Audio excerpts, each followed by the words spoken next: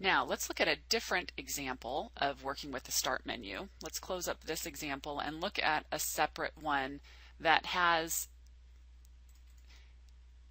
a container program, a window container program with a parent application running first.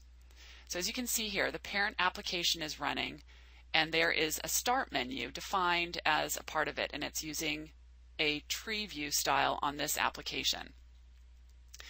Now when the user runs a program from this menu, it is being opened not as a separate window but as a child container, a child to the container of this parent application. It's also being displayed in a tabbed format, which is another option that you can provide. So you'll see each time that we open this particular program, we are getting tabbed versions or instances of that application running. Now the nice thing about working in a multiple document interface, or a window container interface as it's sometimes called, is that if the user closes the outside application, the parent application, then all of the other applications will close as well. It also allows the user to keep their various programs organized, and as opposed to floating all over the screen independently.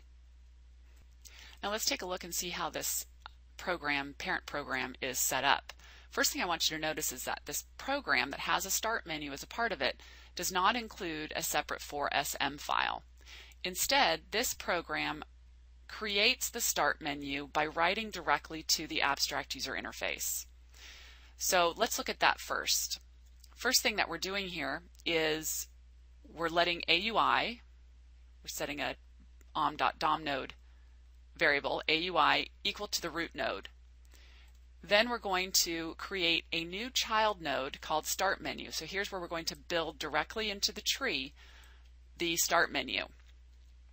Then we're going to call a function that we've written called create start menu group, and we're going to pass into it our start menu, the child node that we had a handle on, and ordering. So here down here we are creating start menu group, and we're going to create a child from the position that we passed in and set the attribute text to whatever we passed in. We want it to be called ordering.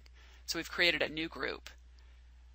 Then we're going to create a start menu command. Remember, in our XML, this is the way in which the tags were organized. The elements in the XML were organized. So we're going to, from the position that we were in with the start menu group, we're going to go ahead and create a new command.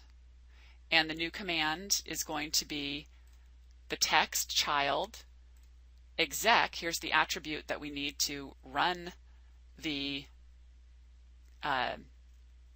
program, is going to be set to FGL run start menu child app. And then the image here we've identified as null. Now that we've built the start menu, the program sets up the menu, and we wait for the user to go ahead and make a choice. The other thing to note that's going on here is that when we open or run this parent application, it is being defined as a container type application with the name parent1. And we're going to see that that's important because our child application, here's our child application, has a type child setting, and we have to tell this particular program who its parent is. In other words, in what window am I going to be opening this child program? And it's parent1, which is our parent application name. Now, let's run this again so that we can just follow along what's been done here. So here's our parent application. The start menu was built programmatically. We added a new start menu node, a new start menu group, and a new start menu command. When the user runs that, double clicks on that child program, we get the child application running within the container interface, within the parent program. The fact that it's appearing as tabs is a style setting that we'll take a look at. And the fact that the start menu is appearing in a tree format, in the tree style, is also a style setting that we will take a look at.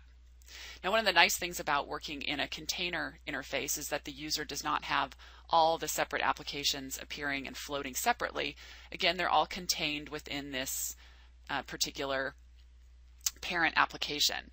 And if the user closes the parent application, all of the child applications are closed automatically. All right, so let's take a look at the style file for this program. Now, the window main style is the one that's being used by our parent application.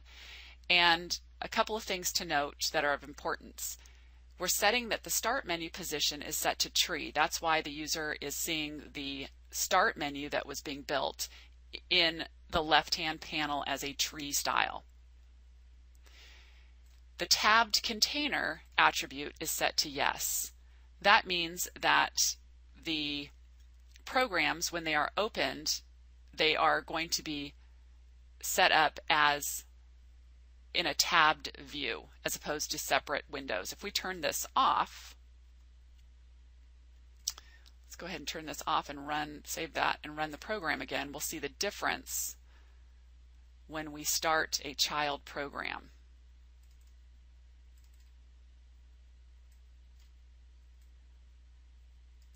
Here we have 3 programs open, all within the parent application, but again, they are not set up as tabbed programs, so they're just floating within the space allocated with the parent application. But if we turn tabbed container to yes, we get that more organized look that can be useful as a user is working on various programs at one time. So just to, again, emphasize the way that the style is affecting the start menu and the way in which those child applications are being displayed, let's change the start menu to a menu style. And again, we'll rerun this. And now we can see here is our start menu that we built, and each of those programs are going to start in the contained parent application. However, our start menu has been built and displayed as a menu versus a tree. And just to round it out, let's go ahead and set it to pop tree. If we set it to pop tree, we're going to need to add the shortcut. So let's go back to the one that we were using before and just grab that attribute that we can use in this style file. Again, since we're using pop tree, we need to identify how is the user going to access the start menu. Run this one again.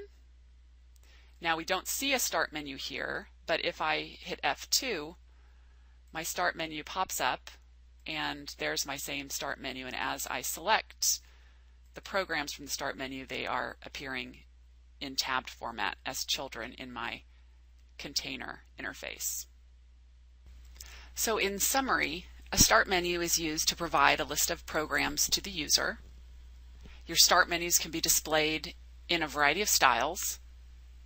And if you're working with a start menu, you might consider looking at a container interface in the design of your program to allow your users to see the individual child programs appearing within the container window.